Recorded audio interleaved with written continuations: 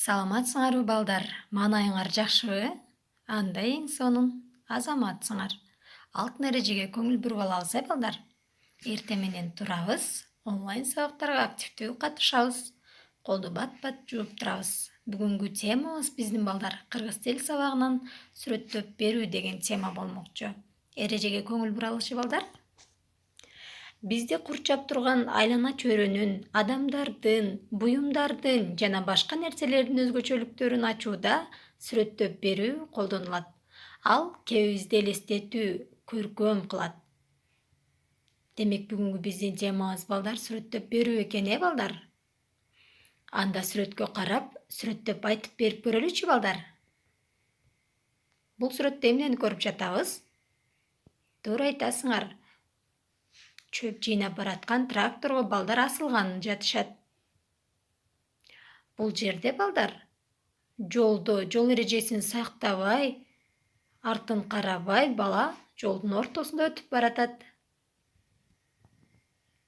Бул туурабы балдар? Туура эмес жоруктар экен, балдар? Бул балдар хоккей ойноп жатышат экен. Хоккейди кайсы мезгилде ойнойбуз, балдар? Кыш мезгилинде. А бул жерде карагылачы балдар, светофордун кайсыл түсү жанып турат? Бала туура өтүп жатабы? Бул сүрөттө эмнени байкадыңар, балдар? Жакшылап сүрөттөргө көңүл буруп карайбыз.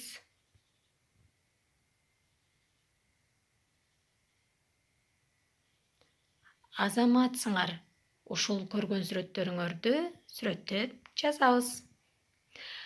Таяныч сөздөрдү пайдаланышыбыз керек болот. Айдоочулар, шашуу, дос, уялуу деген сөздөрдү пайдаланып, жогоруда көргөн сүрөттөрүңөргө өзүңөр сүйлөмдөрдү түзүп, дептериңизге жазабыз. Дагы бул кырсык кашкабактын ортосунда деген макалды дагы жазып, сактыкта кордук жок деген макалды дагы жазабыз. Жана дагы ушул макалдардын маанилерин чечмелешибиз дагы керек өзүбүз алдыбызча. Сактансаң, сактайм деген макалды дагы кошо жазабыз. Бул макалдарды жазгандан кийин, балдар, чечмелешибиз керек. Азаматсыңар, балдар. Демек бүгүнкү биздин темаларыбызды түшүнүп баратабыз.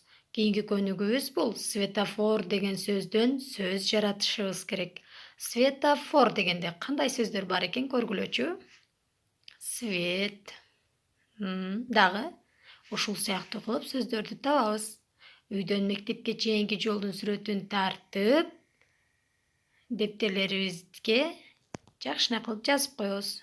Саламатта калгыла.